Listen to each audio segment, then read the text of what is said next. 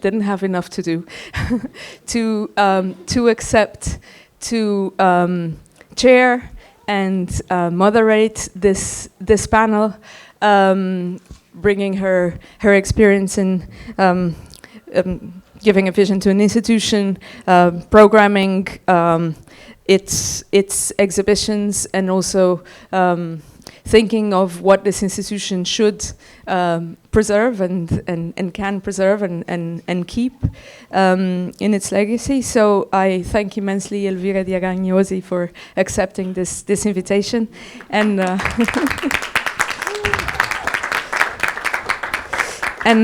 and our panelists, Julia, Paoli, Vassilis, Oikonomopoulos, I hope I didn't go too wrong, Sinazo, Chiya, Haro, Cumbusyan, and Chus Martínez for joining us here. And yes, I hope you enjoy. And thank you for staying with us. Thank you.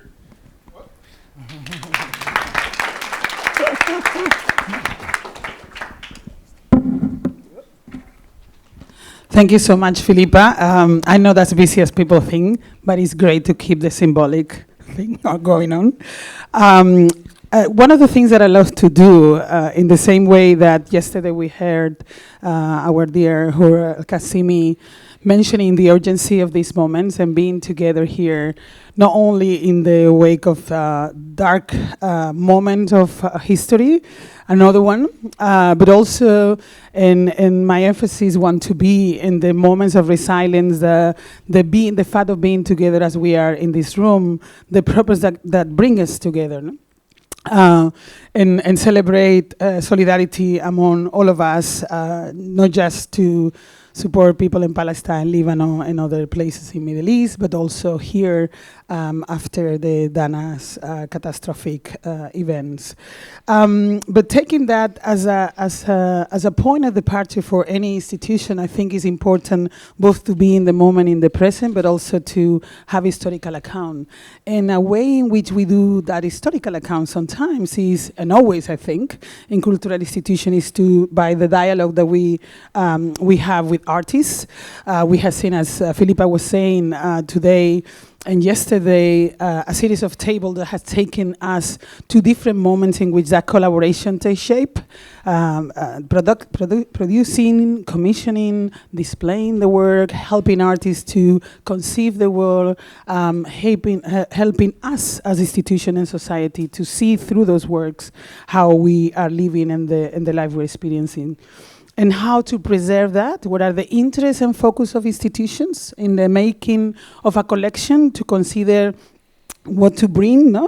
In terms of what is traditional art to an extent into a canon, or this incredible, relevant, sometimes quote unquote, as we were listening earlier, call immersive experiences, but also, and more importantly, the language that artists are and collectors and different patrons and people that gather here around Loop Fair and Festival had very dearly at the core of their making, which is film-based and time-based work.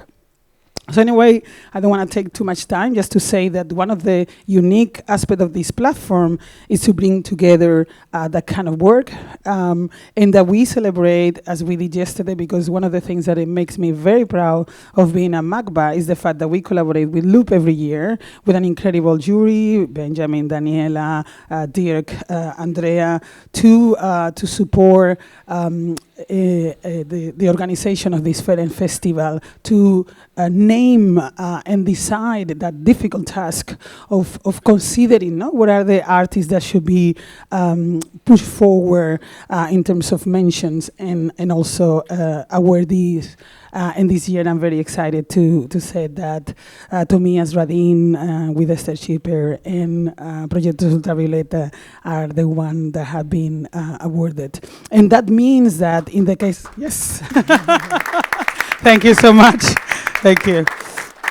And with two special mentions, of course. But that means, what I was saying is that means that Tomias Jardin's work will be part of the MACBA collection, no? And this is one of the ways in which we contribute to this. And as Haro was mentioning yesterday, collaborating, commissioning is critical, no? To declare our interdependency is critical to the understanding of what we're trying to do when we collect artworks and when we collect film, artist films.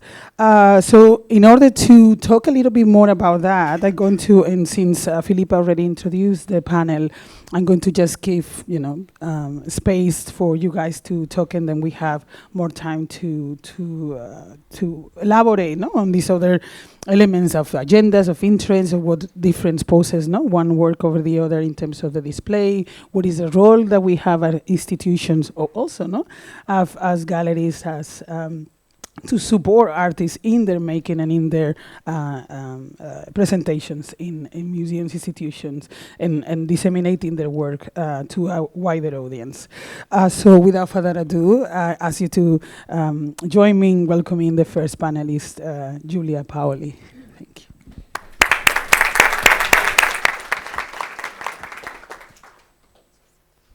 It's such a pleasure to be here with such a wonderful group of colleagues. Thank you, Filipa. Thank you, Emilio. Thank you, everyone at Loop, for inviting me, and also for giving me the opportunity to share with you the work of the Vega Foundation.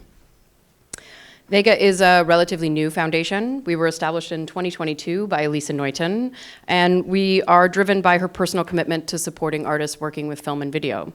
Elisa is a passionate philanthropist and collector, and she wanted to create a platform to support moving image practices and the preservation and presentation of this work. At its core, the Vega Foundation is committed to cultivating new ideas and connections through encounters with artists, film, and video. We provide critical support for artists through meaningful investments in the production and commissioning of ambitious new work and the stewardship of a growing collection. Our curatorial program is focused on forging partnerships with Canadian and international institutions to bring these works to broader audiences. And everything that we do is shared with a Canadian public. It's incredibly important to us to advance the inclusion and scholarship around this work within Canada. And by expanding access to this work, we seek to grow appreciation and facilitate vibrant conversations that resonate with pressing issues of our time. So in essence, we really see our work across these three pillars. We produce and commission new works, we acquire and steward a growing collection, and we collaborate with institutions. Vega aspires to be a powerful production unit, catalyzing connections and mobilizing resources to empower visionary artists. And the name Vega, as a few of you have asked me the last few days, refers to the brightest star in the constellation of Lyra. It is part of a larger network of stars that together form a guiding light. And in a similar way, we see the foundation as a key star within a broader constellation, connecting artists, audiences, and institutions, and fostering a dynamic network of ideas, collaborations, and perspectives. This metaphor of creating meaningful partnerships informs our collecting strategy. The collection is at once an archive of our commissioned projects, and it's a tool to ensure that those projects are toured and presented as much as they can be. And more recently, the collection strategy has called for more researched, robust, and widely disseminated discourse around an artist's work. We've seen this play out in a few ways, but the one that I'll focus on today is thinking through co-acquisitions that we've undertaken with public museums in Canada over the past year, and we have found this to be a vital new approach to the way that we're working. Practically speaking, co-acquisitions allow us and public institutions to share resources, both financially and in terms of expertise, ensuring that the work is properly cared for. At Vega, we work closely with artists and conservators to understand the technical requirements of works, and we also collaborate with artists and those conservators to understand, to sustain their intent and their vision as technology and environments evolve over time. And while some museums have internal structures for managing these processes, we've been able to share our expertise and been able to impact and help build more robust systems for integrating artist film and video into some public collections. Beyond the practicalities, I'd also argue that co-acquisitions enable wider dissemination of artworks. Vega's ability to respond quickly and nimbly means that we can facilitate loans with greater ease than larger institutions. Most importantly, we see co-acquisitions as a natural extension of our roles as commissioners. We're in a position to identify where an artwork could live and existing stores of cultural memory that an artist might want their work to be in dialogue with. And we can help create meaningful connections, and our position and ability to share resources then helps make those connections possible. So a great example of this work is Sharon Lockhart's forthcoming film, which we've commissioned with Fogo Island Arts and the National Gallery of Canada. Sharon is an American filmmaker whose work considers social subjects primarily through film and still photography, and she often engages with communities to create work as part of very long-term projects. Sharon's new film, tentatively titled Fogo Island, began during a 2022 residency at Fogo Island Arts, which is an international residency program located off the coast of Newfoundland in Canada. While there, Sharon became inspired by a program that the National Film Board developed called Challenge for Change, which is a legendary community filmmaking program. It was active from the late 1960s to 1980, and it really focused on participatory film projects addressing social issues in communities across Canada. And a subset of the program, and perhaps its most well-known project, is called the Fogo Process. The Fogo Process comprises 27 films made by Canadian filmmaker Colin Lowe about life on Fogo Island. And one of the films included in the Fogo Process is called The Children of Fogo Island. And Sharon was inspired by this original film's method both temporally and socially. She conceived of a film where she would also work with the children of Fogo and develop a strong connection not only to them, but to the island's unique environment. Sharon has a long history of working with youth in her films. If you're familiar with her practice, this is something that she has done time and time again. For this project, she spent 3 summers on Fogo, getting to know the island's residents and particularly its children. She created scenarios for specific locations on the island, and then she would work with the kids to help them understand how the camera perceives them and how they can inhabit the frame. Some activities that they do throughout the film are based on activities that Sharon observed them doing, and other are scenarios that Sharon crafted in order to elicit a particular response from them. Each scene is a single take of 5 minutes or longer, and it stresses the necessity of extended attention. The sound, the image, and the action create a space for meditative viewing, and it really is a play between still and moving images. But Sharon's new film is a good example of how our collecting strategy can be tailor-made not only to an artist, but also to an artwork. Fogo Island is the original commissioner of this project, and we understood as time went on together with them that Sharon needed more resources to finish the film. Research showed that the National Gallery of Canada had some archives of this Challenge for Change project and some of Colin Lowe's photographs. And Vega approached the NGC to come on board and ask them to support us with additional resources. We learned that they really would only be in a position to share those kind of resources if they acquired the work for the museum's collection. Now, it's important to note by this point that Vega had already agreed to receive exclusive rights of refusal to the first edition of that film. And our colleagues at the NGC have a collection management policy where they typically don't acquire a work if it already lives within a Canadian collection. So with that, Vega offered to jointly acquire the first edition of the work with the museum. This would allow Sharon's new film to be in relevant dialogue with works in their collection, have the resources to help Sharon get to the finish line in making the film, and represent our first joint acquisition with a public institution. The NGC's acquisition of Sharon's film also marks the first acquisition of her work within a Canadian public institution, and it sits alongside their holdings of Colin Lowe and Challenge for Change work. Now, these are two organizations with very different but complementary resources. The NGC is able to support robust preservation and conservation of the film, of any moving image works really, and they also have the ability to support cross-country tours of their works in their collection. And they can do this with dedicated equipment and AV expertise. While the foundation brings support directly to the artist and to their studio, and we create curatorial context for their project, and we secure meaningful context for its viewing. So this work will actually travel to 3 institutions in Canada, will premiere at Fogo, it will show at the Power Plant in Toronto, and then at the Banff Centre at the end, before being presented in the permanent collection at the NGC. So the co-acquisition between our foundation and a legacy institution like the NGC means that we can respond to the distinct and sometimes shifting needs of both the artist and the lifespan of a work. I'm particularly proud of this project because I understand that artists need legacy institutions like the National Gallery. They need them to support and acquire their work. And as a young foundation, our vision is not just to support artists, but also to innovate what it means to commission, to present, and to collect this kind of work, especially in Canada.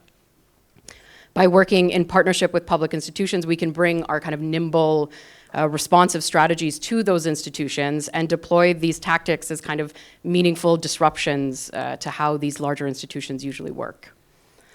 All that being said, it's important to note that Vega's collecting strategy is still evolving. Like I said, we were founded in 2022.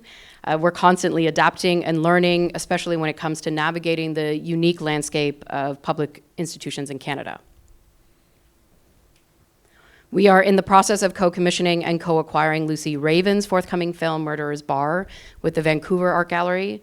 Now, this work requires bespoke equipment and installation requirements that can really only be done through a partnership with a private and a public institution. And of course, as I mentioned earlier, our collection also serves as an archive of works that we have commissioned, as well as it demonstrates, the practice that we have a deep investment in. I want to quickly touch on commissioning because this is a key avenue that informs our collecting. Commissioning is central to how we work in that it allows us to develop close, discursively rich relationships with artists. We research their work, undertake multiple studio visits, watch edits, offer feedback on footage, scripts, rough cuts. And this level of commitment allows us to prepare to steward the work in our collection and then build out partnerships for presentation with other institutions. We often develop our understanding of the work's conceptual and technical constituencies as the artist simultaneously is creating them. Over the last year and a half, we worked really closely with Swedish artist Lapsi Lam to support the development of her new film, Floating Sea Palace. It is a continuation of her project at this year's Nordic Countries Pavilion at the Venice Biennale. And the film is a sequel to the artist's Alter Sea series, which is based on a real 3-story ship named the Floating Restaurant Sea Palace. It was commissioned by entrepreneur Johan Wang in Shanghai in the 1990s, and it was relocated to different European port cities where it lived many lives as a restaurant, a haunted house, and now a ruin. Lam has filmed aboard the real ship and taken its story of transformation and search for harbor as a sort of heart of her film. And in her story for Floating Sea Palace, Lam's ship travels through space and time, propelled not by wind, but by stories and memories. So Vega worked very closely with Lam to commission the new work. We have presented it in her first exhibition in Canada at the Power Plant, which is on view now. And it will soon tour to Centre-Fille in Montreal, and it's also on view at Studio Voltaire in London and soon at Moderna Museet in Stockholm. And Lapsi's work has now entered Vega's collection. In closing, Vega's approach to collecting and commissioning is dynamic. It's still in development. Our goal is to help shape the future of moving image by fostering connections, supporting artists, and collaborating with institutions to ensure that these works are seen, celebrated, and preserved for years to come. Thanks so much.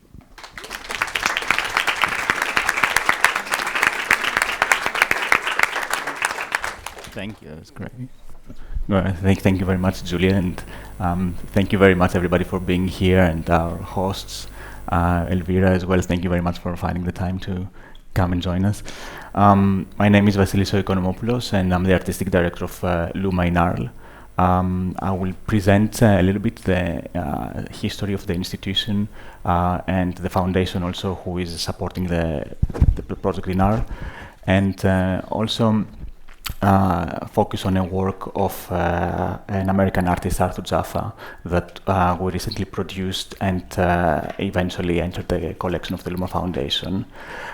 It's a work that allows us to kind of like touch upon some of the points of how we're developing the collection and what does it mean to be working with artists, but also working together with institutions who are also supporting new forms of thinking and artists who are pushing the boundaries further, particularly in time-based moving images, but also in every kind of like artistic form or practice. What you see here is part of our site, is a building by Frank Gehry, which is recently completed in 2021. It's located in Arles, in the south of France. It's a very small city of approximately 35,000 people. Our site also contains a number of other buildings. You see here is like an old industrial facility with a park, approximately 25,000 square meters of exhibition spaces. And we generally commission a number of works every year. We also support residencies, and we work with many other institutions. The Arles project is one of the projects of the foundation. The foundation is based in Switzerland, and this is also the place where the collection is being located. The foundation as well is supporting a number of other projects, despite the fact that the Arles project is the biggest of its projects. We have a space in Zurich, which is the LUMA Westpa, where we're also presenting exhibitions, but we're also doing annual exhibitions, particularly around site-specific works in the mountains, in the Alps. And you see here, this is an installation we did with Doug Aitken. This is a work of Douglas Gordon a few years ago. But we're also supporting institutions, and I think it's great that many of the people who are here representing these institutions, the LUMA Foundation has a very long relationship with the Serpentine Galleries, with the Tate Modern, with the Swins Institute, with the New Museum, but also with annual exhibitions like the Rencontre de la Photo in Arles, the Venice Biennale, the Guangzhou Biennale, and other institutions, educational institutions. This is the way that we're exploring ideas. We like to have conversations with the people we work with, and sometimes these conversations take many years to materialize into something that might become an artistic project. But it's essential for us that we allow the time and the space for all the voices that could contribute into making something unique visible, and in manifesting the most ambitious project that could ever be made. Recently, we have started educational programs. We have a collaboration with the Harvard University, but also we started in collaboration with the MIT. We established the MIT LUMA Lab, which is looking into the repercussions of climate change in different ecosystems and in different environments. And it's definitely important that out of all these collaborations, a number of artistic projects will emerge. Sometimes this project will become part of our collection, but sometimes they will also become part of other collections. And it's essential to support the ongoing giving and the ongoing production of new ideas. This is also the BART College, which we also work with. I think also it's important that the partnerships, as we also mentioned with the MACBA, was essential. The work of Busra Khalili that it was co-commissioned, but also Hur mentioned yesterday. It gives us the opportunity to move forward, to allow things to happen, to kind of explore territories and areas that we would never explore before. In 2022, we hosted an exhibition of Arthur Jaffa, Live Evil. Live Evil was the biggest presentation of Jaffa's work so far. And if you're familiar with his work, the elements that he explores are some of the most radical kind of ways of looking at the production of Black African American moving images and the moving image. He's very interested in the way in which visual production, time-based moving images in the US particularly, is following a trajectory that relates somehow to the production of Black African music.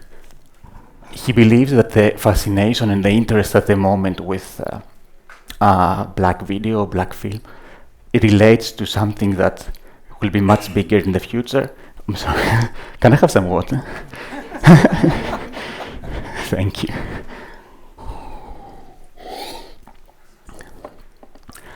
And it will be able to describe something that we so far don't understand in its entirety, but we will be able to look at it in the future in the same way that we're looking at the production of Black music. This is some images of the exhibition, and it took place in 2 of our spaces, and it really transformed the way that we are doing things and the way that we work with artists. We produced a work called Slopex. which is an evolution of his work Apex that he made in 2013. Apex is an 8-minute video which includes approximately 1,000 images and a very dynamic way of editing. Apex is actually the beginning of a film, and I think it's interesting to mention that in relationship to collecting cinema. His idea of making Apex came out of decades of collecting images of representation of black culture, reality, and identity. Putting them together, they existed in multiple formats, and in 2013 he created this kind of like overall system of things that you would experience like a very dynamic soundtrack that will immerse the viewer into these images, and it will transform the way that you understand the kind of like the evolution of them. Sorry.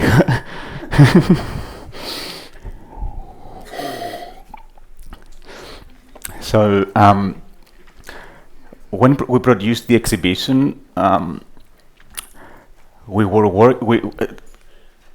on the idea of developing further the Apex into extending it into a film that was eventually 35 minutes. It took the same images but took away every form of color that was in the original images. By taking away, this is from Apex, but by taking away every form of color, the images are becoming much more uniform, but also the slowing down of the image display and the slowing down of the sound makes them much more meditative and allows the viewer to enter the space of the image in a much more stronger way. And it's having the two works side by side, or having the two works as part of the collection, is really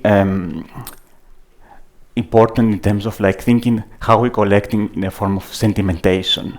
We're collecting in a form of sedimenting images and layering works one on top of the other. We're interested in collecting non-linear works that describe non-linear narratives, and they are very ambitious in the form of defining the way in which time-based moving images practices could go, and at the same time push the audience to see the world from a different perspective. We are interested in images or works which are networks of images and not necessarily an object or a projection. We are fascinated by what can an image say and the depth of where this image comes from. So yeah, I think this is it. Thank you.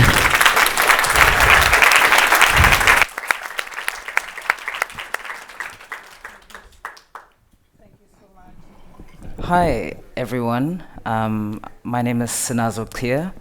I'm one of the partners at Stevenson, and I'm going to be telling you about collecting artist cinema, a Stevenson approach.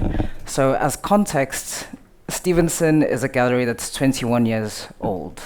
I'm one of 11 partners. We're a collective of people, and that informs not just what we do, but how we do it.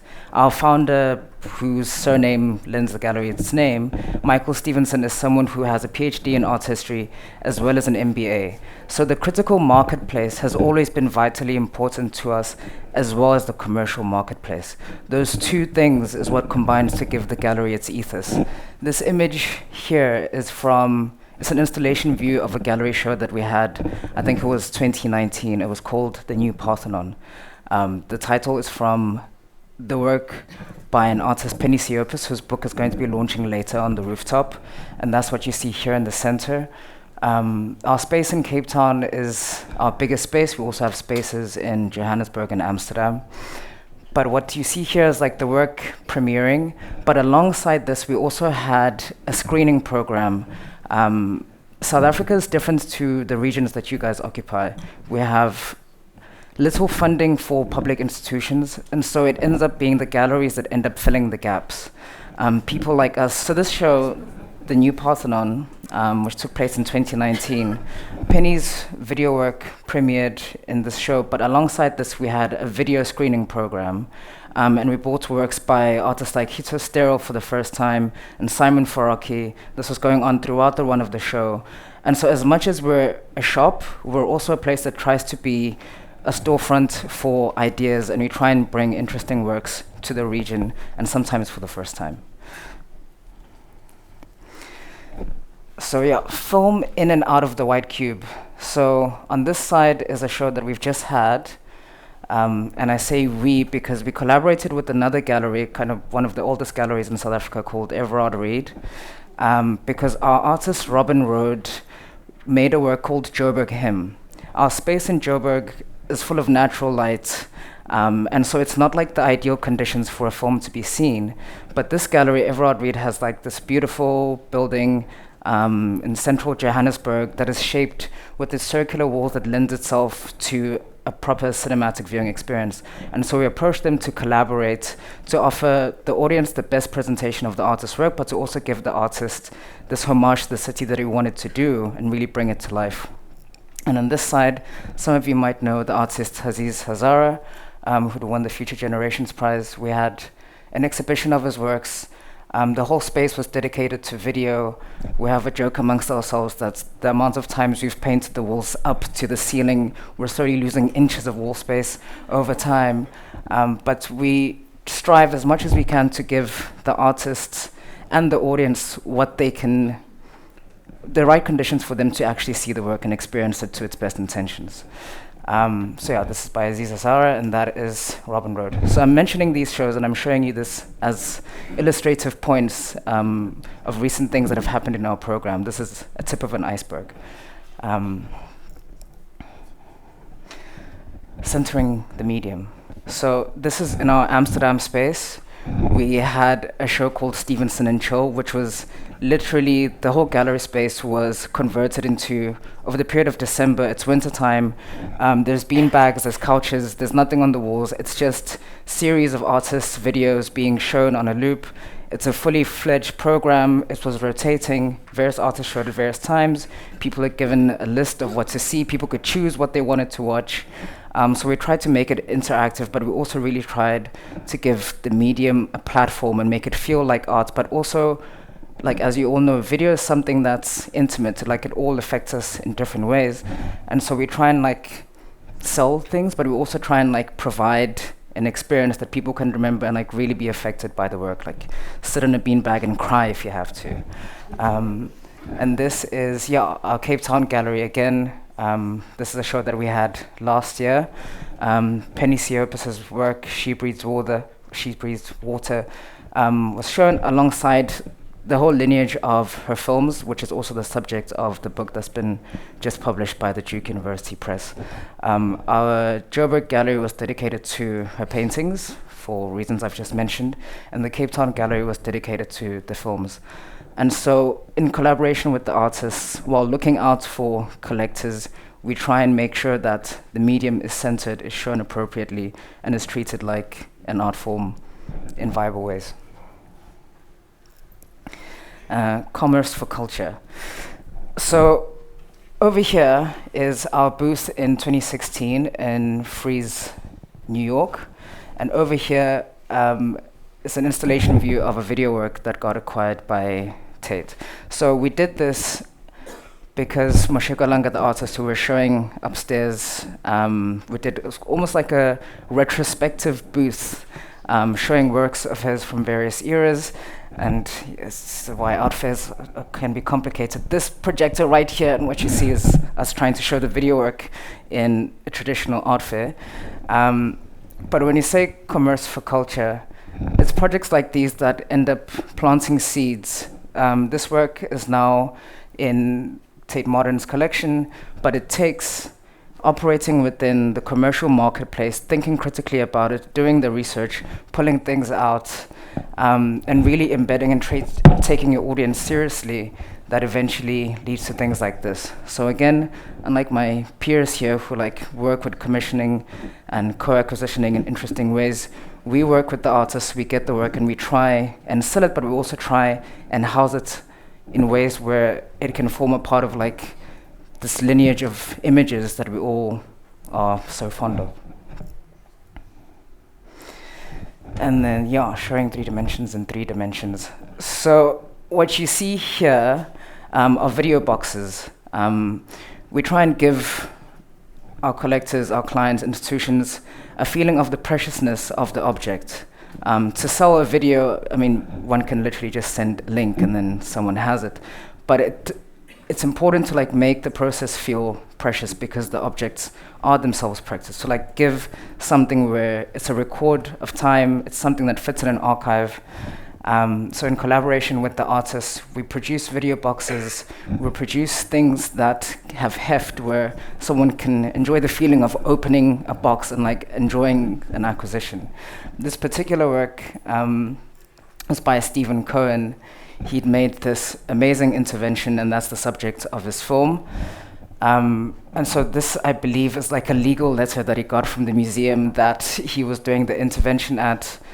Very provocative work. I think it's an edition of 1. And the client who bought it also got the paraphernalia, including the legal document, this fake jewel that was part of his intervention, all set in this case. And so, yeah, for us, it's vitally important to show things, the 3D that the film replicates in 3D.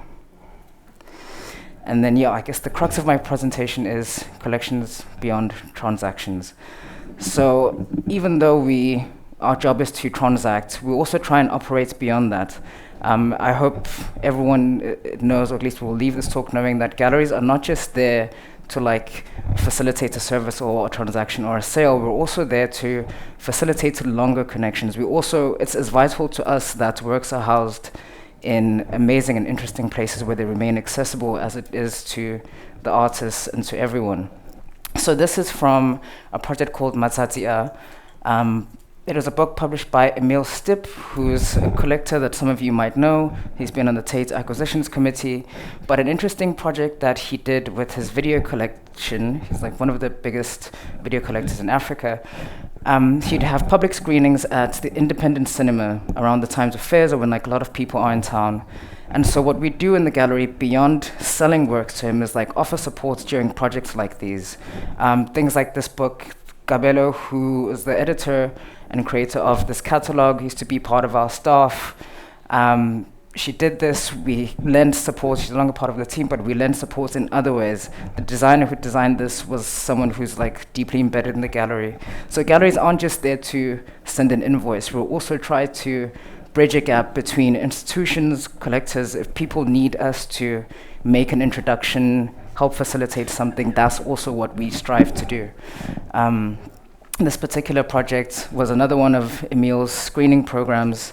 Hansi Momodu Gordon, who curated this, was a guest of the gallery doing sort of a 3-month curatorial residency. So it was through engaging with us that the collector got to know her. She created the screenings, did this publication. And so, yeah, even in things like that, even though there's no viable, like, immediate intrinsic gain, it was also through the gallery being a pivotal fulcrum within this interaction. So galleries are there to help in ways more than just like sending invoices, and everyone should remember that. And yeah, this is an example of another one of Emil's projects in 2014. Thank you so much. Very good. Hi everyone. I thought I was going last, and Marta had told me this morning that I could mumble as long as I wanted because there was nothing after that. And I'll still do that. But first I have to thank Emilio, Gabriela, Marta, the whole team who put together this symposium and selected Filipa to curate the this program. I know I learned a lot yesterday and today, and I hope you also enjoyed it. And what I will talk about here is mostly inspired by things that I heard yesterday. And tomorrow I'll do a talk about things that were spoken today. But I think what I hope that will come out is the importance of this network, this community. And what is really important to me is creating a healthy art ecosystem. And apart from collecting, that's actually what I try to focus, particularly on two areas. One is ethics, one is funding. And those are really big challenges that face us. But I'm not going to talk about it today.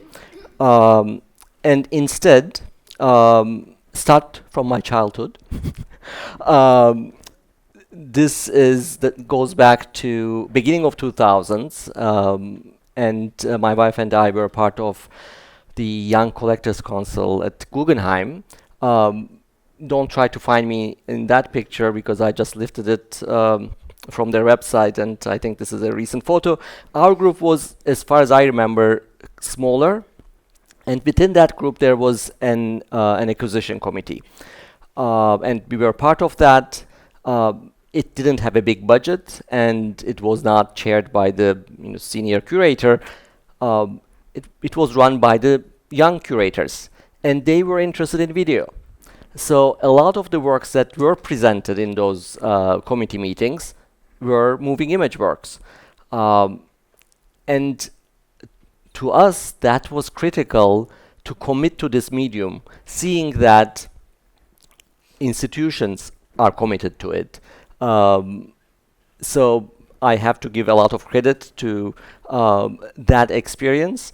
And I have to say that being part of acquisition committees of good institutions is an immense privilege, and seeing how institutions collect, how they think about their collection, how to develop it, how to maintain it.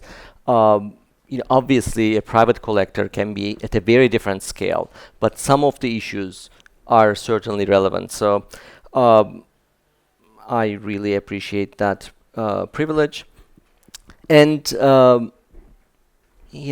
looking at archives, I remembered that one of the works that was presented to this committee was Douglas Gordon and Filipa Ramos' Zidane, that was quite often mentioned yesterday if you were here. So our committee approved it, even though obviously it wasn't necessary probably. And my contribution here is absolutely insignificant, but being part of this process was certainly very, very meaningful to me. And another connection related to this experience, during those years, Guggenheim had these art parties, annual art parties where, for fundraising events, and there was a silent auction.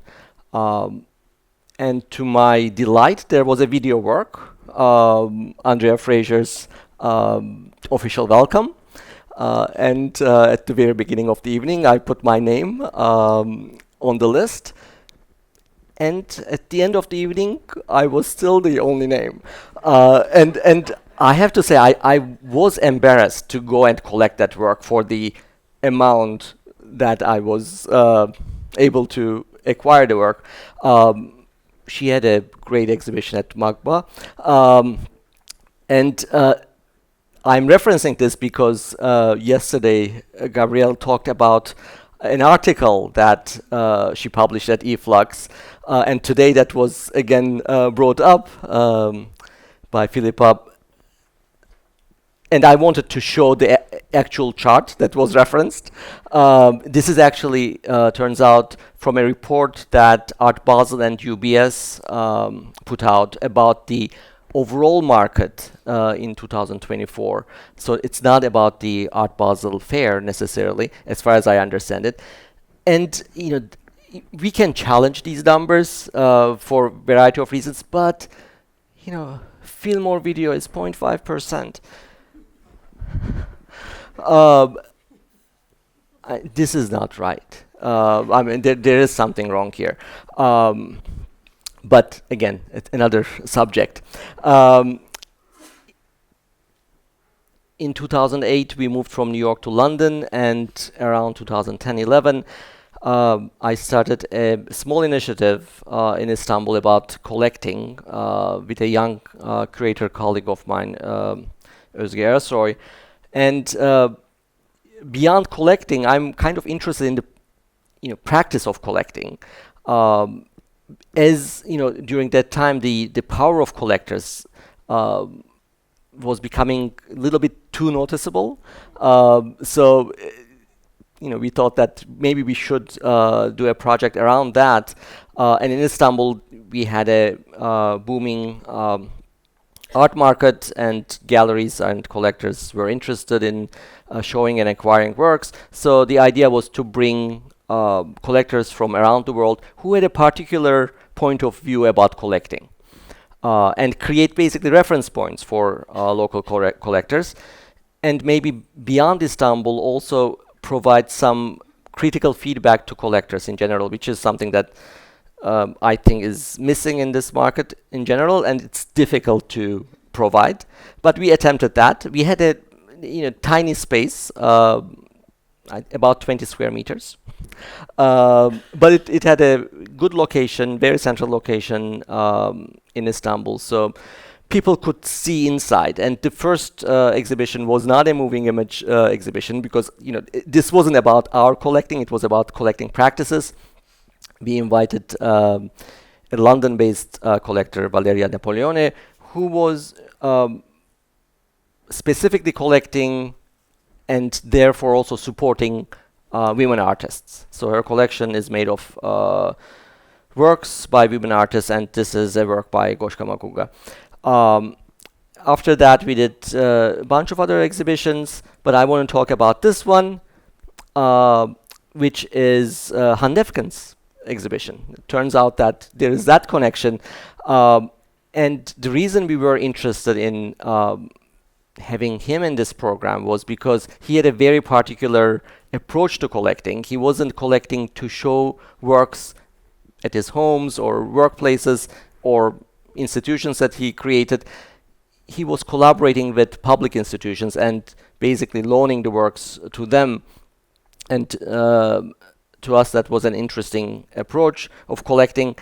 The work that we brought was a 4-channel video by Pipilo Tourist, our national treasure in Switzerland, and now a dear friend with her husband, because I live in Zurich.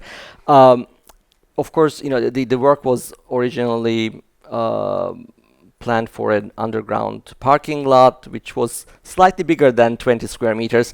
We had some doubts how it would fit into our space, but the artist came and did her magic, and it worked. In that little space, we had this 4-channel immersive experience. And from there on, I started thinking that a lot of things are possible if you want to make it happen, and if the artist wants it done, it is possible. Another collector that we invited was Marc and José Jean Solin, who are part of the selection committee at Loop. And the reason we invited them was because they collect ephemeral works that are difficult to place in a secondary market, because that market may not exist. So we brought a performance work by Julien Bismuth. But the reason I'm mentioning this is because through that connection, we got to meet their son, Grégoire Jean Solin, who is a film producer, and he produces art films. He had a project with Pierre Bismuth, who is not connected with Julien Bismuth, but just a same name, and he was working on this feature film. We got involved in this as associate producers, and as I was looking at the other parties who were involved, and I saw Beatrice Bulgari's name, and of course Leonardo told us about the really impressive work that they have been doing with their project.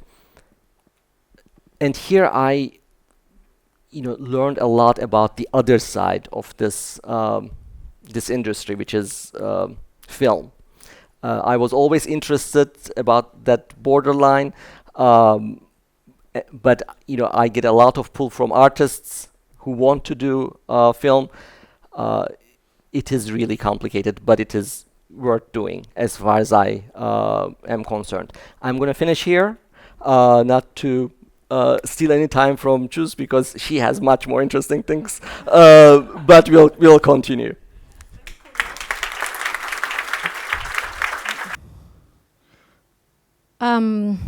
Yeah, thank you so much for being here. I think, as always, I'm not in the training group of Andrea Lisoni with the basketball metaphor, but actually into another thing, so I need to separate from that thing because it's bigger than me. And but apart from that, I do agree with the training proposition. So about collecting, I know very little things. I work as associate curator of TVA 21, which is a foundation with headquarters both in Madrid and in the Ocean Space in Venice. And they are very luckily a video and video installation collecting entity. So that's really an amazing thing per se. But I'm not actually in charge of keeping those videos or knowing exactly what it means, the collection per se. I'm in the charge of actually commissioning the work. So in coming here, I have like two things to explain. Probably why we should collect it. That is what something that, why should I work with it? Why should I collect it? Not only as a person, as an entity, as an institution. And also the other thing that probably I need to say, that even if there is collecting entities and they are very few and they are very much needed, another aspect that we need to take into account is also the many fantastic graduates from art schools that are doing an incredible amount of amazing video works that get lost. So another thought that we should also consider is, of course, not only very few video pieces get collected, but also those that get collected need to be so established normally that it's very difficult for young people to get those pieces, seen or collected. So it would be very important, as we have libraries, to have also video libraries that have a commonality and could preserve this amazing amount of works by younger people that are only keeping the memory of a time, but also the methods and the kind of questions that we are having in mind. So it was very interesting how Julia was starting with Sharon Locker, and I also started my career with Sharon Locker with another work called Pine Flat. So for a while, 20 some years ago, I was all the time doing exhibitions that were dealing with video and with film, artist film, without having at all any expertise in the subject matter. So I was doing it mostly probably because I had an intuition, and at the time it was kind of important to establish the idea that also video could be exhibited. That was a statement enough. Institutions that were traditional, like in Spain, Sala Recalde was the space that I was running, a non-collecting institution in the north of Spain. It was just important to state that also the aesthetic experience could be implemented by different experiences, that they were not being subsumized under classical ideas of the aesthetic. And video and film, artist film, was definitely contributing to it. But then when I started working as a co-curator with Caroline Christoph Bakargiev at Documenta 13, something really happened. And I don't know if you noticed, if you visit that exhibition, but it was almost no video. It was almost no black box. And that exhibition was absolutely kind of indebted to the idea of coexistence, Donna Haraway's idea, the idea that the sentient has rights, that the sentient needed really to kind of complement our idea of what human experience is. And the artistic experience is not only human, but can be expanded to the non-human. That actually experience cannot be understood as aesthetic, but as gnosiological and epistemological. That we need to implement ideas that only stop in the formal with ideas that complement expansion of the knowledge. And at that time, without saying it to each other, we kind of exclude the black box absolutely, but also video in a great extent. There was almost no video or film pieces, not because we did not love it, but I think that in a way, in an intuitive way, we enter with that exhibition in a moment where we thought that film and video would not contribute to the idea of coexistence, that coexistence needed actually a space of presence, a space of care, and space of touch, that video, because of the way that was exhibited, was not contributed, that you was actually cutting the presence of each other, that we're not actually breaching with the presence of each other. Performance and the idea of activation was super present and started to spread. And actually in the last 2 decades, it was very, very present through, for example, the body and performance and all that.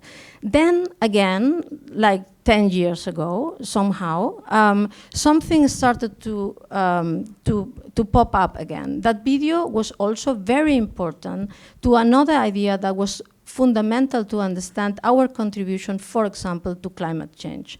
That we couldn't really empathize with certain ideas of transformation of the social without kind of training our empathy through film. That film definitely was really helping us doing that, because some narratives could only be expanded to the poetic in the ways that the image, an image that was larger than us, a retina that was not only human, a touch that was not only human, film could capture it in ways that we could understand the agency not only of the non-human, but also of elements that were macro and micro, above and below the human existence, the cosmic and the sub-cosmic levels. So in that way, some sort of poetic narrative thing was kind of linked to the possibilities of video.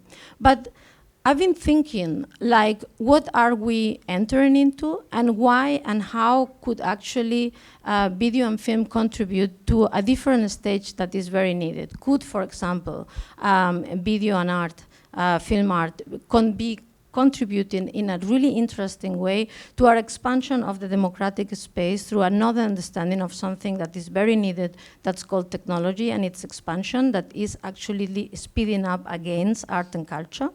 Is it important to understand that this type of narrative, and we were talking this morning about, for example, the environmental, and we talk about the environmental because film and video art, they produce the idea of the environmental. But do we mean by the environmental something that is outside, that is actually formally kind of conceived, or it's something mental? For me, very important has been the theories of Mark Turner and Gilles Fauconnier.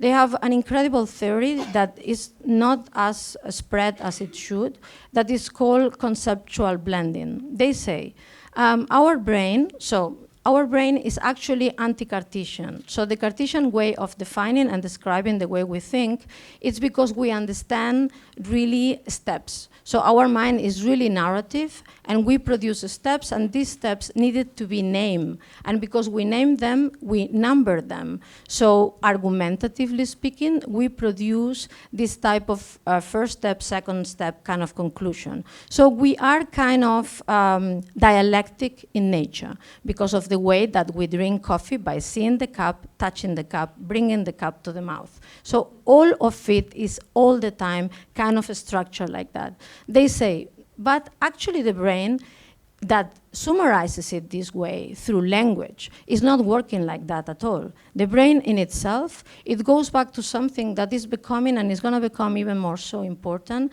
a mix in between the unconscious and the kind of dream unconscious. So the brain functions by kind of capturing everything in an absolutely unclassified way, as it's like, it's bringing everything together.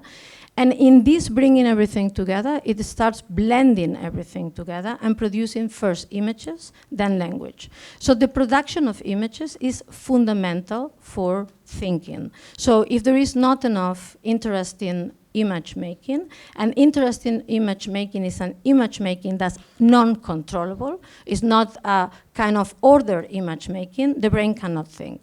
That's super interesting for us in culture, because that kind of substance can only be provided by exactly what filmmakers and artists are doing, because they do provide this kind of image blending all the time, versus the media, and for example the social media, that they do provide a very controllable image making. So the uncontrollable image making that is actually flowing in ways that are very difficult to articulate and describe by language are fundamental to the way we think. So what I'm thinking, to summarize, is that we are going through a phase where fantasy needs to be taken away from capitalism, as Ursula Le Guin said.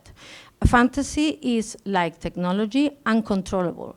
So different from imagination, that's much more Cartesian, fantasy is also out of control. That's why traditionally philosophy and art hates fantasy, because we kind of think that it's kind of naive or too fast to be kept. So in my idea, I do think that by reclaiming fantasy and the dreaming states that are so close to art, I think art is actually the realm of those kind of non-controllable experiences.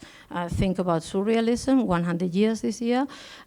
We are kind of could reclaim a space for a different thinking, for a thinking that is actually, again, going back to coexistence, but not a controllable, curated, let's say, procedural, democratic type of, but one that can discover new languages and ways of being together again. So that's kind of my reason, to summarize it, why we should definitely collect art and video art.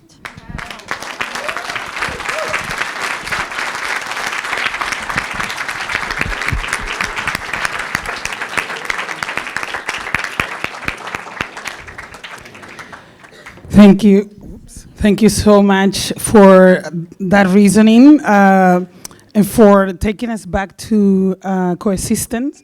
There is something I was thinking while you were talking, Chus. Not so long ago, I was in conversation with Ava DuVernay, and she was saying how, as opposed to television, the cinema provides us with an experience that, in a way, the previous panel also remind me of, and you have mentioned that too, no? Like in terms of video installation, and it's how, no, and it happens here as well, no? How we are sitting shoulder by shoulder, not in a dark space with strangers, where that happens, and it doesn't matter what the ideology behind each of us is, but we're sharing together the experience of being confronted with film, no? And I think some of the aspects, Sinazo, that you were talking about in terms of how to transform a gallery place in a setting that can be, as you said, inhabited, right? Centering the medium is also a way to center in ourselves, no?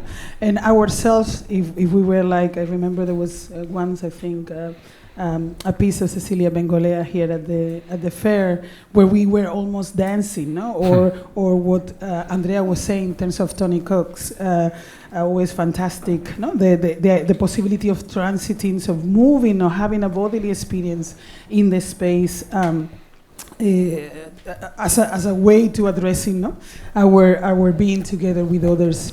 And I think this is not only a reason to collect art and to collect film, but also a reason to go back to the museum, to be physically in part of the institution, and also considering that, as you said, our presentness, no? Our being present with the work. So I love that you said that, and I love to talk, because you guys have been talking about.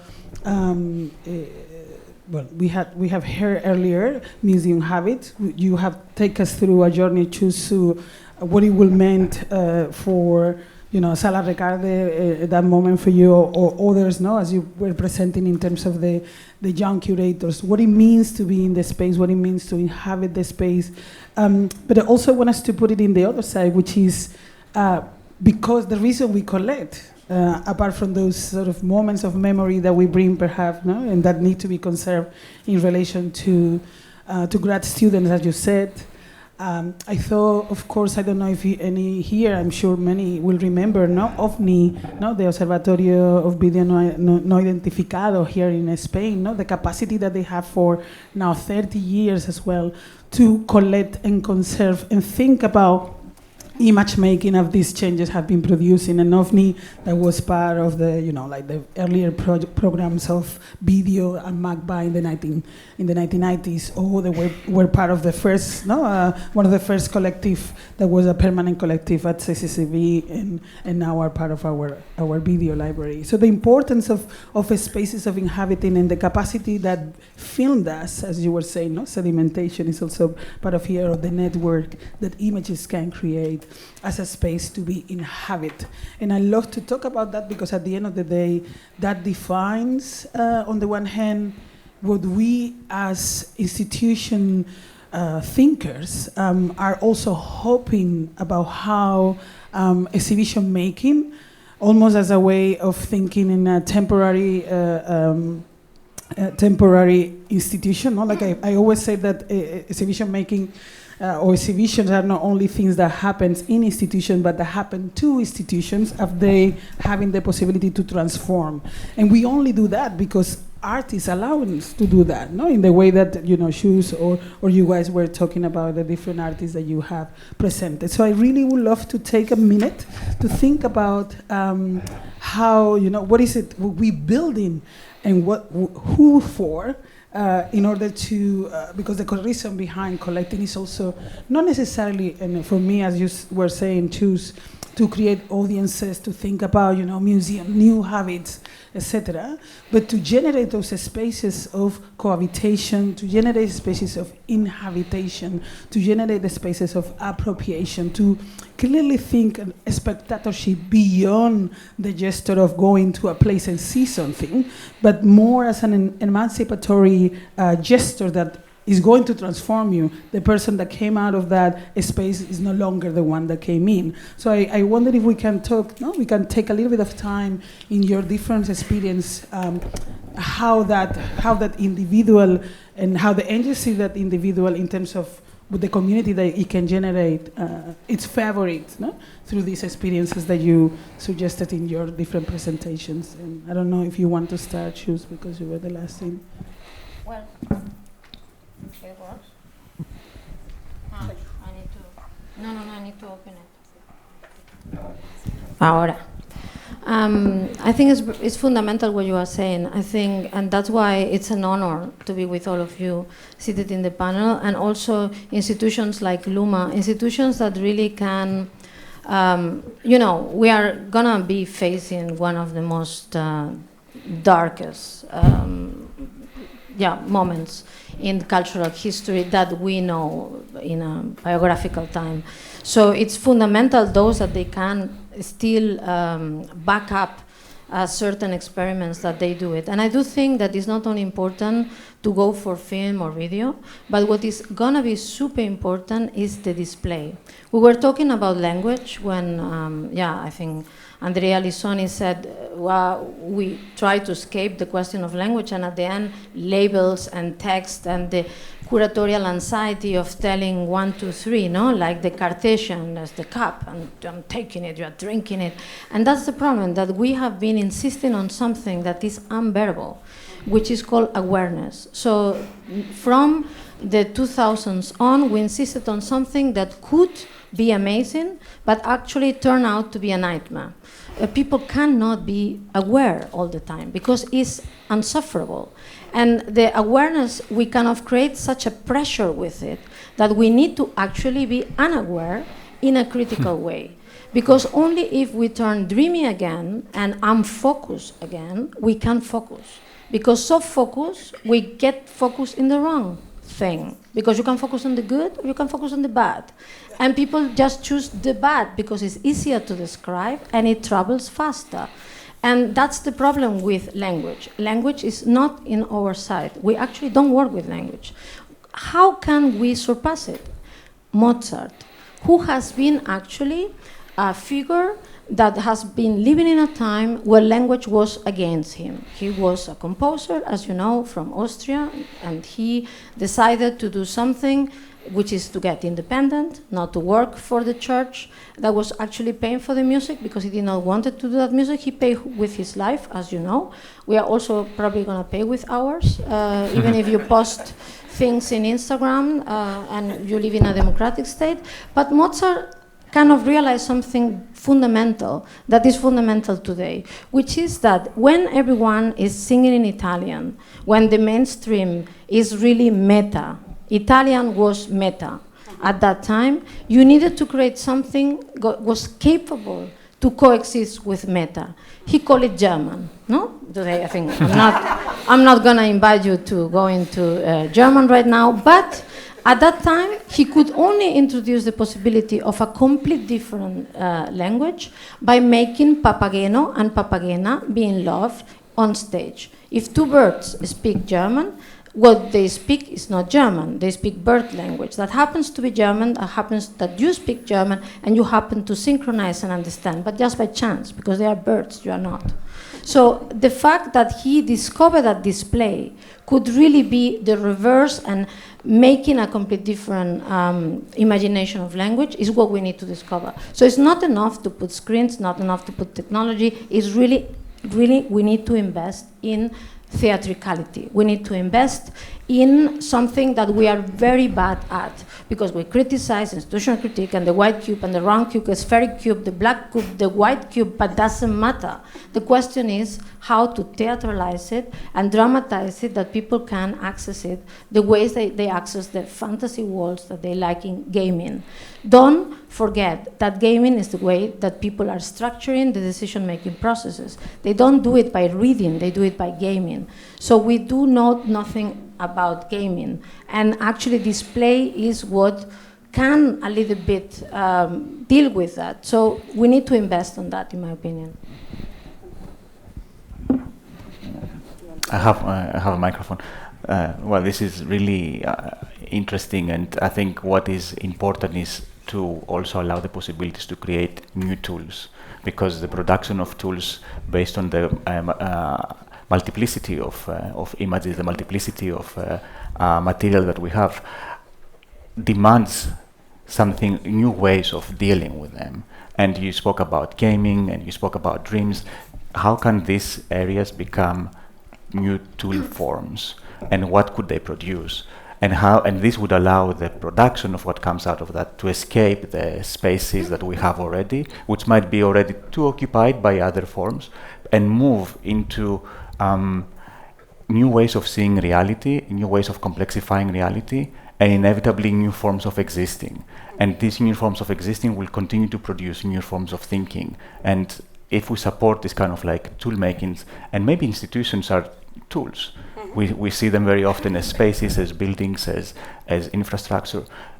But when can institutions share their tools and create new tools, we will see a phenomenal development into new forms of boundaries somehow, new ideas. I love the idea of the institution as a tool or as a vehicle, no? Because it's almost as you were saying, Sinazo, earlier, no? Don't think of us only as a part of a transaction, commerce in culture, what does it mean? No? And also because I think, sometimes for a while, and I think it's part of that kind of awareness that we have forces, particularly from the institutions, to have. It's also this sort of like trying to permeate, this other relationship with money, with collecting, right? We want to be like autonomous in a world where we are absolutely interdependent to each other. So how we can have an ethics relationship, which I love that you bring ethics to the mix, and we will use that as part of it, of the conversation. But perhaps that's the institutional vehicle, the ways in which not only through the films or art making, but also institution making, we can sort of like engage differently, no? And both, I ask, the three of you perhaps to address this question from your perspective. You're completely right. These exhibition spaces, making generative spaces, gamifying, making experiences, creating a way for sedimentation to happen, for instance, collecting is actually vital to all these things. Like, we can talk, we can criticize, we can do all these things, we can convene, but actually the fundamental building blocks of what all of us do, it really comes down to like things happening in collections, that what makes artists' lives work, that what helps their imaginations relax, because they're not thinking about buying bread. They know where their work is housed, they know where everything's coming from. All these things, you know, collecting is sometimes seen differently in different kinds of circles, but fundamentally it is something we need to do. Like, it's vital, actually. Yeah, we can't walk around it. Yeah.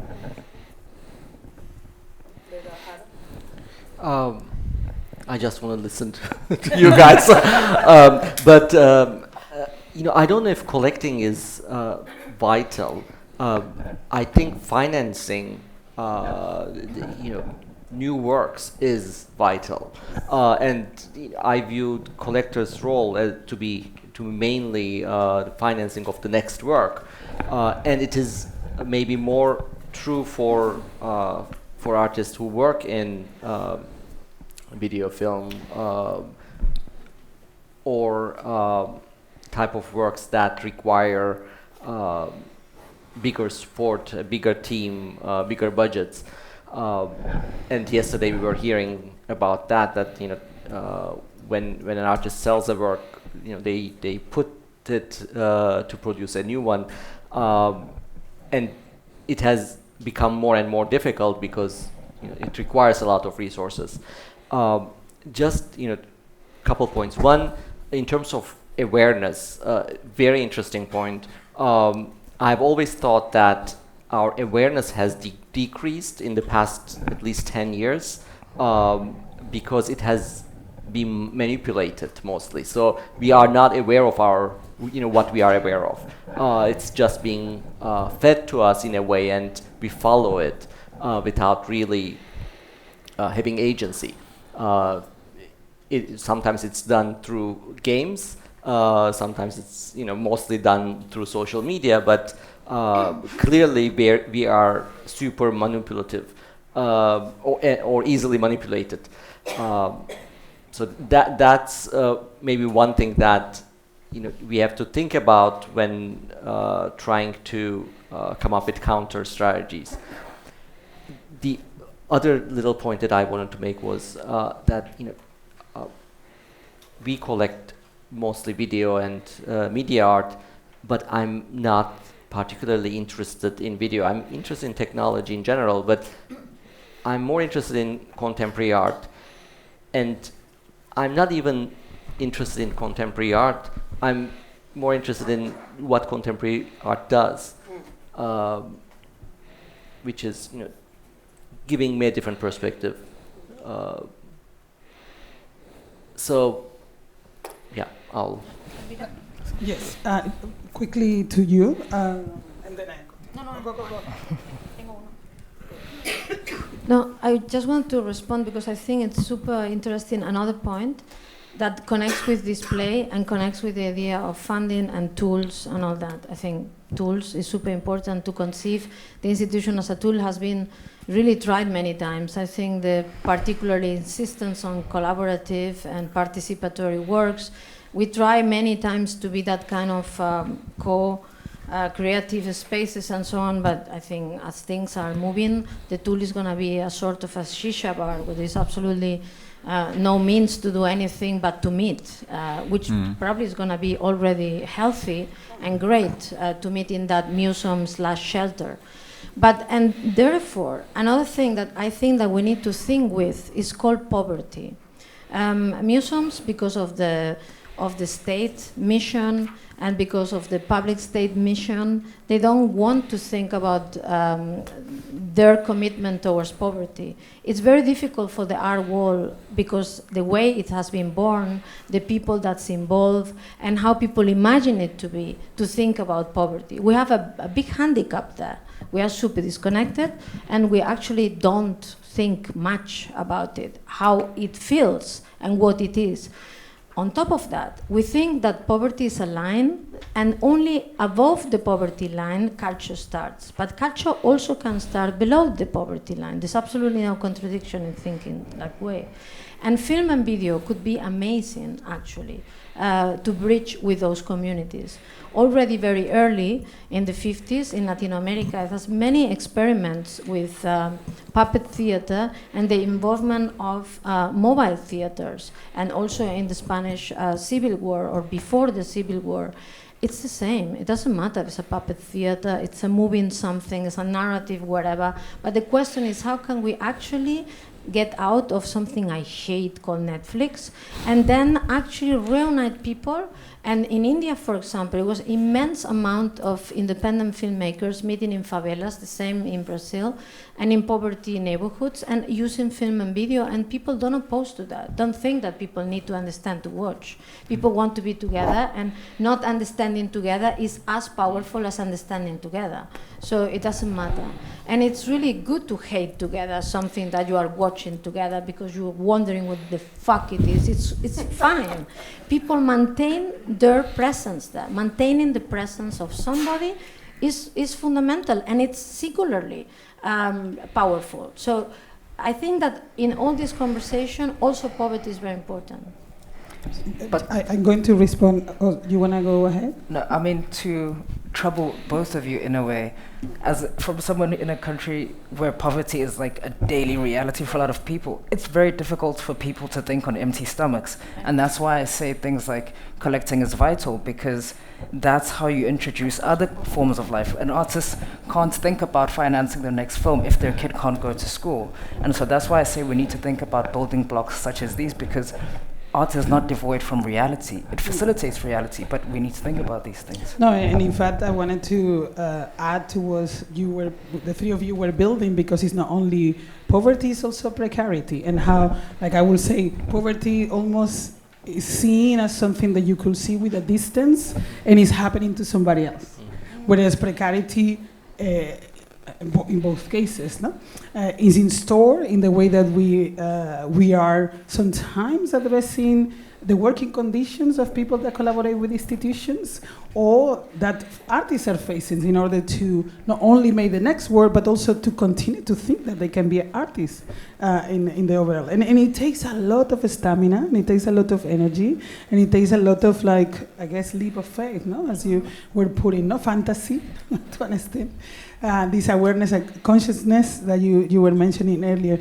But I wanted to also think about something you said that also that has to do with the collecting, or not collecting to an extent, but even like if it's a temporary thing, like to open it up to contain within a space that can be open to a wider audience, the work of artists in graduate school, but also the memory as camp. No, I was reminded also by Haro yesterday, like how camp has been collecting this people's database, right, on video making, all that memory that at some point institutions will call like micro histories, or histories of life. I think the importance of all those elements to address, what it is, those moments in time that at the end of the day, and I think this is also part of what you are asking for, and part of what you say in terms of the institution as a tool, that allowed us to generate history making in ways that are disruptive with the normative making of history. No? But I wanted to go back to financing, as you will put it, and something that I would love to bring later on, which is you talk about something beautiful.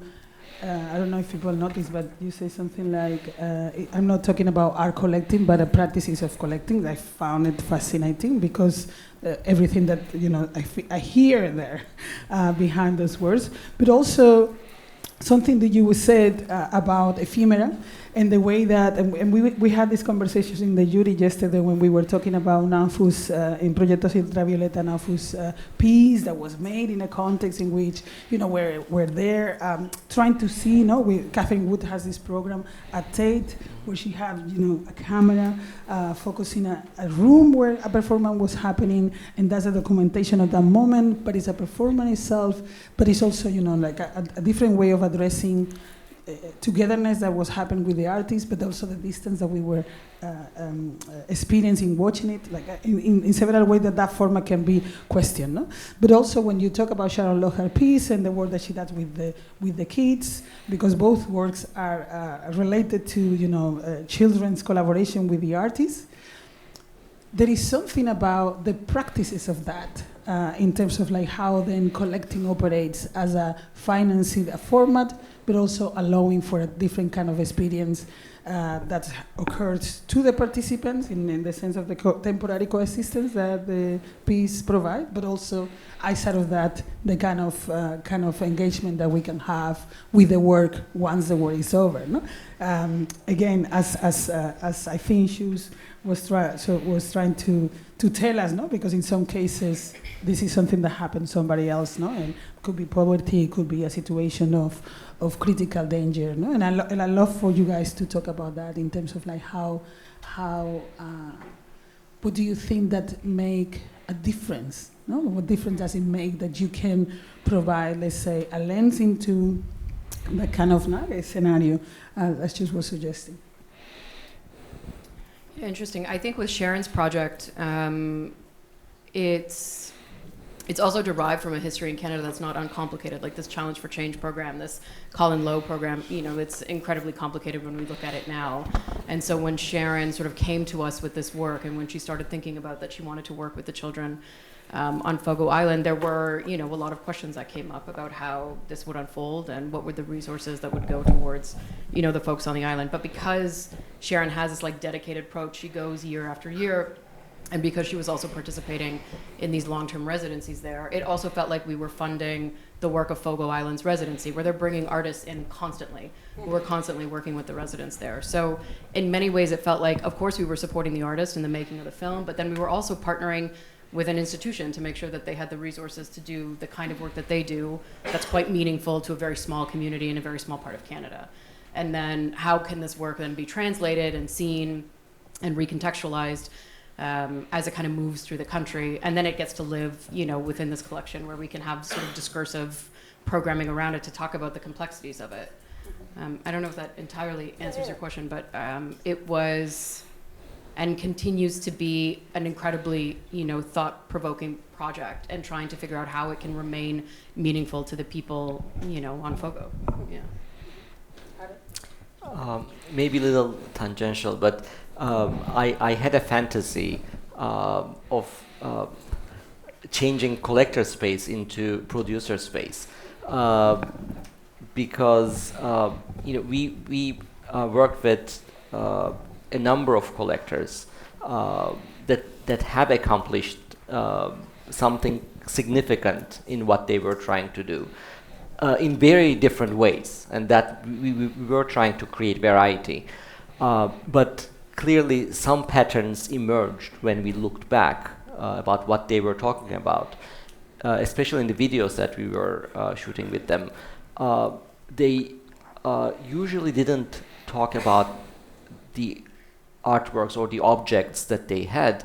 They talked about the relationships with the artists and how those works came about. And I felt that maybe that's what people who are interested in art are looking for, and collecting is a way of achieving that. And therefore, I think when the sooner somebody is engaged with a project, and with video projects, film projects, that is kind of very welcome, as opposed to painting, where there is not that much need to have funders at the beginning or so on. I encourage people to take that chance, that advantage, and be involved early, because it's very satisfying. Yes, we're going to allow Julia to respond, but then please start preparing your question, because we have time for one or two. I just wanted to say that I think also it's important that we're taking the lead of artists when they are making these works and the production of these works. Yesterday we had an artist on stage tell us not enough money is going towards the production of these films. They're selling a painting in order to make the next work. It's like this constant sort of cycle of precarity for these, wildly expensive films. And it's why, some of these foundations have been started, because we know what the impact is, and we know how important it is to fund the work. But my instinct, as we're talking about like tools and strategies, and thinking through like what an institution can be, or how we can kind of create space for coexistence, is to take the lead of artists, because generally they're the ones who sort of lead us to, I don't know, better, brighter places, I guess. They do indeed. Any question from the audience, please? So we have one in the middle. Thank you so much all for the wonderful presentations. I just had 2 questions related. When thinking on collecting, I want to believe, and I think many here in this room, we agree, that collecting is not just for the sake of owning and accumulating, right? But a matter of caring for an artwork, which at the end is like preserving the artist's will, right? In this, I think in video has a multiplicity of existence in terms of corporeality that has been kind of neglected or reduced into a one single corporality of the screen, right? Chus was pointing at that before in terms of the potentiality or the theatricality of that. And somehow when collecting, specifically institutions, have neutralized this by the politics of conservation.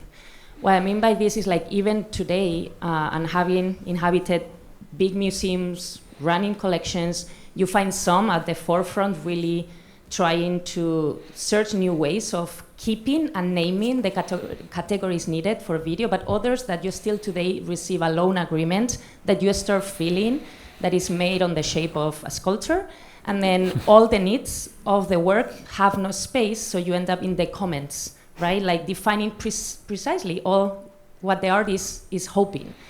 There in all the comment section are also all the multiplicities of existence of video that can exist in different bodies, actually. There is a fallacy or a thought of video feeling like no media, and it actually has multiplicity ways of manifesting corporally into the space. And that resists the potentiality of one category, which is what the museum like, right? Like the fixity of one category. Video work has been dismembering this for very long, but we haven't been able to even create these new categories or even dissolve certain categories, because even into the administrative part of that, you fall into the comments, right? Like you never leave a trace. So I just wanted to know, specifically in some of the big institutions that are represented here, how you're facing this. That would be one of the questions. And the other one, which also relates to the politics of conservation of video work, precisely in this neglecting a corporeality of the video, a lack of media or lack of format that has been oversimplified, we forget the interdependence of technology, which at the end, it's precisely the media that more connected is with technology, and technology takes us in 1 second into the corporate business, into the big mega structures globally, producing technology, also on the use of surveillance, for instance, right? And on this, there are like 2 challenges that I find very different how certain institutions are finding. One related to storage, which even if we think about physical storage, right? Like some film from the 50s, 60s that require a cold storage. Storage is always a drama in museums, but it seems like this doesn't produce a drama. It does produce a drama, not only in terms of a space, but also ecologically speaking, in terms of the cold storages. What is the energetic impact that preserving all of this is presenting? And on the other side, some of these no media, because they're not physical, digital storages, many museums are storing all data, not even in their own service, but they're dependent on major corporations that in 2 seconds we can literally lose the ownership and lose the control of it. And there is a major challenge on how the institutions are creating connections with this without even acknowledging there are such connections, right? So I would love to hear, in terms of this caring and preserving, how you're facing from the institutions presented here these challenges. I think maybe maybe we start with the first question, because the first question was about categorizing and about video and time-based media works and how are they categorized, what kind of language has been used.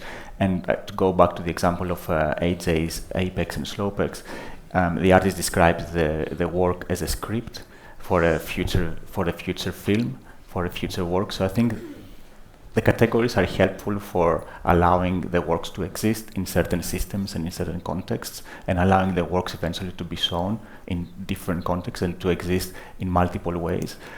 So they have validity in a way that they kind of like can give space for the work, can make space for the works.